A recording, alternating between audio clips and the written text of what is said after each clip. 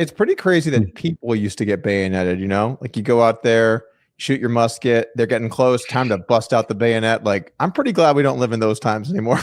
Oh, that would have been horrible. And then if you get like stabbed by it, the doctors are like, nothing we can do. Do you want us to shoot you in the head, or do you want a 2-month, adventure with gangrene? Is that worse? Like, obviously muskets and bayonets are a pretty awful way to conduct war. No fun. Mm-hmm. But what we got now with drones just taunting you before they drop their munitions, or when the last bayonet charge was? Okay, wait. I'm gonna guess it's more recent than you'd think. Korea. Was it like Poland in World War II? What? Afghanistan. Okay. The Brits did a legit bayonet charge against the Taliban in Afghanistan.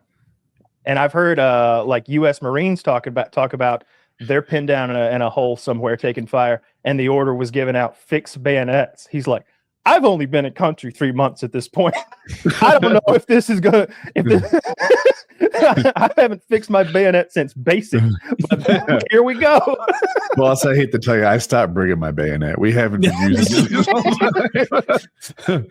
You're like just running ahead without one, hoping you don't get in trouble. Like, I got a Leatherman and some duct tape. Best I can do.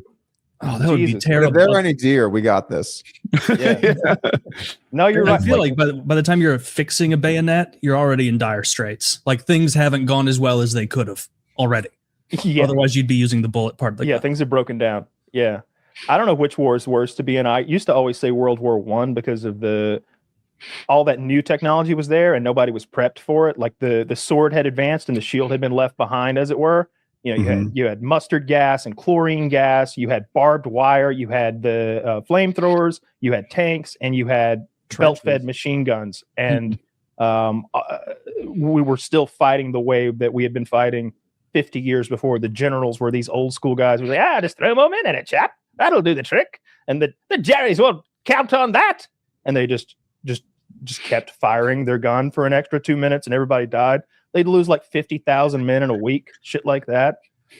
And then you get the trench foot. You get like trench foot. Your feet are rotting off. You're in that hole living with rats and shit and piss. I mean, it has to be. Then I see those guys. World War I had like, you get like the notice from your sergeant. You're going over the top into mines and machine guns, and then like it's like, okay, well, here we go, and then everyone just gets wiped. Like, legitimately, everyone dies. And they had examples where like, sometimes if the army like, we're not doing it, or like a certain squad would be like, I'm not going out, and then what they would do is they draw names to kill one of them, like, and next time you go over the top, or we're going to keep killing you. Yeah, like, they'd execute you for cowardice. Brutal stuff. That's old school. That was the practice of decimation.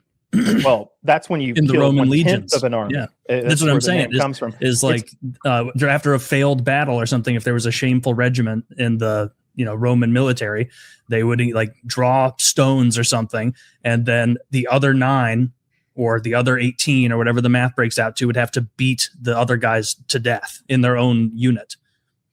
Really? Yeah. It was like, the beatings will continue until morale improves. Or stuff. Yeah, it was right. So like, we have to qualify it with modern war, because any of those ancient wars would have been a fucking nightmare. True. Like you get hit by an arrow in an area that won't even kill you that quickly, and then you go to the doctor and it's a guy wearing a fucking Halloween outfit, like waving sage at you, like chanting. It's like, oh my god, I'm gonna die. Your humors are terrible. We must bleed him, just like how George Washington died. George Washington could have lived for years longer, but he was a believer of leeches. He was like, sore throat. I need more leeches. They weren't just using leeches; they were cutting him. They were bloodletting. They were they took like pints out of him, and they bled him to death. Vietnam was pretty bad. Yeah, that's a shitty one too. Like, just being out in a jungle. There's a hot take. Well, if we're comparing wars, like I think that World War II, especially in the European theater, it wasn't that bad compared to like the Somme in World War I. Or even maybe some of those Pacific islands, or during World War II, and certainly, like, dude, this thing in Ukraine right now, the morale hit it must be to like, imagine you're as fit as you can be, you're as well trained as you can be, you're a fucking ace with a rifle, a machine gun, a mortar, you can do it all. You're the head guy, and then you just hear, zzz, pop, and that's it. Some drone just with a fiber optic cable just flew 10 kilometers and blew your ass up, and you had 0.2 seconds warning of sound, and then you exploded, and there was nothing you could do about it. There's no way to get back at that guy. He's 10 kilometers away, loading up his other drone. You know what I mean? Like, when I first saw that, it was so horrifying to me, because take World War II. I feel like being a good athlete, a smart soldier, etc., goes a long way towards keeping you alive and being good at killing people, right? Like it was like combat. Now it seems like in Ukraine you die and it's not your fault. You have to exist outside sometimes, and you get spotted by a drone and they drop a nade from 100 feet and you're cooked. And it's just go ahead. Sorry, I tried to cut you off. Like World War II, Blitzkrieg was pretty brutal. I mean, it was like they just bombed everything with planes. Tons of people die without even knowing what was coming. Then tanks roll through, and you just get slaughtered by tanks. And then you'd have giant infantry behind that, but then the war was already over. Like when they showed up, there wasn't even a fight. So I don't know. World War II actually was pretty brutal. I mean, here's the thing: like, if you're gonna die, right? If you're gonna die, the drone way is not bad. It's not bad compared to the bombing. I kind of didn't count on the bombing in World War II. That's really comparable to the drone warfare that we see now in terms of you went to work, you're making your ball bearings, and then suddenly the whole factory's gone. Like you're not even a bad soldier or bad whatever. You don't suck at what you did. You just get snapped off. Another day at the London ball bearing factory. Nothing will go wrong today. What's that siren? Yeah. At least back when they used to fight with swords, it was like, all right, like if you're a really great swordsman, you're going to win some fights, you know? Exactly. Like maybe the wrong numbers, but like the skill gap was there. It kind of relates to games in that way. Like the current warfare doesn't seem very skillful. It seems like it's tech based and position based and luck based. Whereas I think the further you go back, a lot of RNG. Yeah, the further you go back, the less RNG though. Like that's why you have something like the Spartans holding the Gap of Thermopylae for days against a way bigger army, where it probably wasn't 1 million men, but it's 100,000 against 300. And they're all just so much better armed, so much better prepared, and just so much better athletes, coordinated, so much better looking. Well, Xerxes was also in the movie, way more jacked. That goes without saying. And they had trolls. Yeah, dude, that was the coolest thing about some of those abs were mascara. Just saying. Some of them were, but I'm gonna throw stones at those guys. No, I said some. I was careful. They saved Western democracy as we know it. Okay, let's give them their mascara and their femboys. Well, those were like the most battle obsessed people of all time against like slaves from the Persian Empire, where Xerxes was like, oh, that didn't work, just send like a bunch more of them in.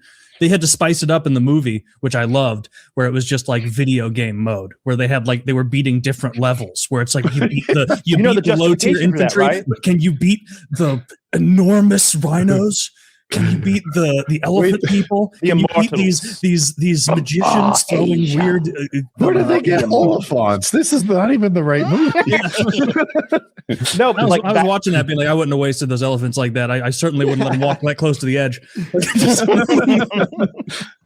That makes sense though, because and they explain it even in the movie. You've got the one survivor who was sent back by what's it, Leonidas? Leonidas? To tell the story. And he's like pumping it up a little bit, he's clearly telling a campfire tale. And then the rhinoceros came. He's motivating an army. And I'm sure the original story of Ephialtes, the guy who's like, just that goblin who isn't able to perform with the Spartans, so he betrays them. Yeah. I bet in the original story, if that was even a character, it's and he had kind of a club foot. But in that, they're just the most. He was left-handed, ghastly. One eye significantly larger than the other. Yeah, dude, I love 300. When that came out, it was one of my favorite movies when it came out. I was the right age. I remember I had a history teacher who he loved to tell stories, historical stories, and he had told us about that battle with not as much flair as the Zack Snyder movie, but close. And so when I heard that movie was coming out, I remember telling my dad and my cousin, this is awesome. I've heard this story before. We got to go see this movie. And we did. We all three went to go watch 300 in theaters. It's great. I remember watching the DVD extras, watching the workout of the Spartans and being like, all right, flip the tire 37 times. Okay. I remember there's an early scene in 300 where they were establishing the relationship between Leonidas and his wife, and he bangs her doggy style. And something about that hit well with me. I was like, I like it. Thumbs up. All these sex scenes are missionary, or maybe they'll do some sort of cowgirl. You don't see enough doggy representation in the movies, I would argue, but 300 delivers. Not enough. And then he kicks that douchebag messenger right in the pit. They're like, let's take a casual walk to the kicking pit. And then I didn't like that part. Became a meme for a decade. Yeah, it's like, why would you have that in your town? You know, so we really got to do something about that giant pit. People keep He's ruined the well, my lord. He's poisoned it with Persians. You know, if you could have done something else, we got to clean this up. The water's with a Scottish fucking accent. You bring the heads of kings and crowns of kings. You insult my queen. You do this, you do that. I told you, Persian messengers are responsible for their words in Sparta. And then just fucking kills them all. That seemed a little shitty. Even then, even as a kid, I was like, well, I mean, they are the messengers. Like it's literally a saying. Don't shoot the messenger. Attitude. We have a saying for this. I would write that shit down. And then, like, the message would be, under a rock, there's another message that I'm less responsible for. You read that, I'm running south. I'd start with an apology.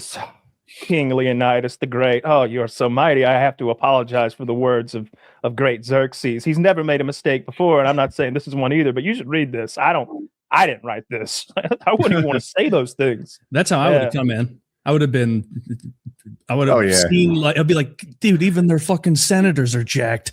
I'm not I'm not coming in with any attitude. I'm coming in hat in hand. Hey, fellows, you know, just an idea. And the real issue was he was trying to publicly embarrass and intimidate Leonidas in front of all his people. If he had privately delivered the message like you guys said, Leonidas maybe lets him live. Yeah, probably. Of course, it's all made up by Zack Snyder anyway. But it's a great story. Yeah, I love that movie. And I love the real story. Whenever I see one of those History Channel documentaries about the Battle at Thermopylae, I always tune in. I love it. I want to see Project Hail Mary, but I don't want to go to the movies. You can rent it.